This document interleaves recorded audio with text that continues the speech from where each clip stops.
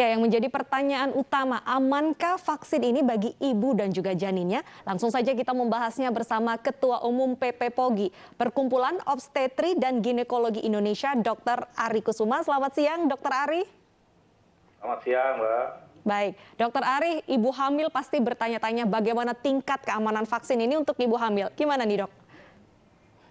Alhamdulillah, kalau soal tingkat keamanan kita tahu memang kalau tanya keamanannya, semua pasti juga punya risiko. Tapi insya Allah vaksin ibu hamil ini tentunya sudah melewati hal-hal yang dilakukan berdasarkan studi observasi di beberapa negara yang sudah dilakukan.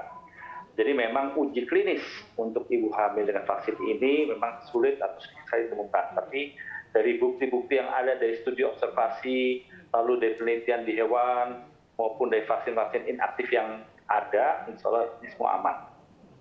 Di studi observasi misalkan seperti yang dilakukan di Amerika pada 35.000 ibu hamil, di observasi efek sampingnya, kipinya, lalu sampai pun dia lahir diikutkan, ya alhamdulillah tidak menemui gejala atau masalah-masalah yang serius lah. Gitu ya. Begitu juga dalam penelitian yang lain. Kalau untuk janinnya sendiri, apakah ada efek samping nanti, Dok, jika menerima vaksin atau justru aman-aman saja? Nah, tadi yang saya sampaikan bahwa dalam uji observasi itu pun sebetulnya dilakukan observasi sampai dia lahir. Dan ternyata sampai lahir pun tidak ada efek samping pada ibu yang pada janin. Kasarnya janin-janin itu lahir biasanya tentang adanya kejadian abortus, kejadian lahir bayi meninggal dalam segala macam, insya Allah itu angkanya mungkin lebih rendah atau hampir sama dengan ibu-ibu yang tidak divaksin gitu kasarnya. Jadi populasi biasa lah. Dokter Ari, usia kandungan berapa yang direkomendasikan untuk menerima vaksin? Ya, usia kandungan yang direkomendasi adalah di atas 13 minggu. Karena kita tahu di trimester pertama itu adalah masa-masa di mana terbentuknya organogenesis, terbentuknya organ-organ tubuh dari. Dan kedua, biasanya tuh kalau 3 bulan pertama kan ibu-ibu hamil tuh ada yang mual, ada yang flek, dan macam sehingga kita. Namun dalam studi observasi yang tadi disampaikan, sebetulnya banyak juga ibu hamil yang diberikannya malah dia nggak tahu hamil atau dia hamil. Nah, dan alhamdulillah, jadi banyak juga yang diberikan pada trimester pertama sebetulnya. Dan alhamdulillah hasilnya tidak masalah. Cuman kita tetap harus dengan kehati-hatian sehingga yang kita berikan di atas 13 minggu. Baik, wajibkah ibu hamil yang akan menerima vaksin ini memeriksakan kandungannya terlebih dahulu, Dok? Saya rasa tidak ada kewajiban ya, dan yang pasti kan dengan dia menyatakan hamil dan ibunya sehat, itu ya pasti akan lakukan, silahkan melakukan vaksin. Jadi kita berharap semua ibu hamil dapat melakukan vaksin. Namun sebelum melakukan vaksin, kan pasti tadi sudah disampaikan terima kasih sebelumnya sampai dengan News yang telah menyampaikan beberapa kondisi-kondisi, beberapa persyaratan screening yang harus dilakukan. Jadi tidak merta seorang ibu hamil langsung tarik, langsung suntik ya, enggak, pasti melewati tadi screening, segala macam. Oke, perlukah ada isolasi mandiri terlebih dahulu sebelum menerima vaksin supaya mungkin memastikan tubuhnya benar-benar sehat, Dok?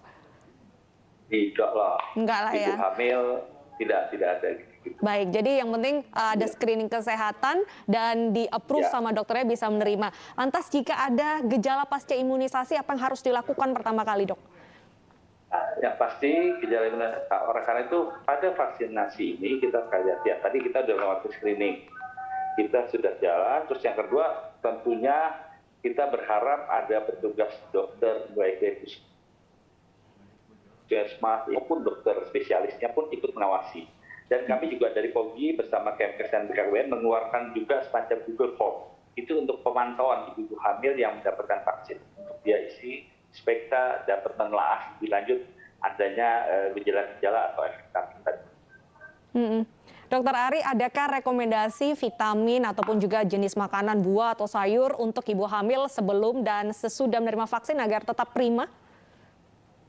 Saya rasa tidak ada ya, semua sama gitu. Tidak yang apa namanya tidak vaksin maupun yang vaksin, keduanya memang seharusnya lah mendapatkan nutrisi yang baik. Apalagi kita tahu permasalahannya di Indonesia ini memang modalitas dari ibu-ibu hamil di Indonesia itu tidak begitu baik, tidak begitu mengembirakan. Sebagai contoh, angka anemia di Indonesia itu pada ibu hamil sekitar 49%. Angka obesitas, jadi mohon maaf ya, sekarang banyak ibu-ibu hamil sebelum hamil udah obesitas itu. Bagi hamil itu semua akan bisa mengganggu masalah metabolik. Belum lagi masalah sebelum hamil itu ada hipertensi kasar gitu. Dan angka hipertensi pada kehamilan itu sampai 14%. Jadi ini modalitas yang harus kita pahami sehingga ibu hamil kebutuhan nutrisinya itu sangat penting sekali. Apalagi di era pandemi. Baik. Terima kasih Dokter Ari, cukup lengkap informasinya bagi ibu hamil. Jadi jangan takut nih untuk ibu-ibu di luar sana yang mau vaksin, usia kandungannya harus lebih dari 13 minggu dan tubuh sehat. Terima kasih Dokter Ari atas waktunya di iNews Siang.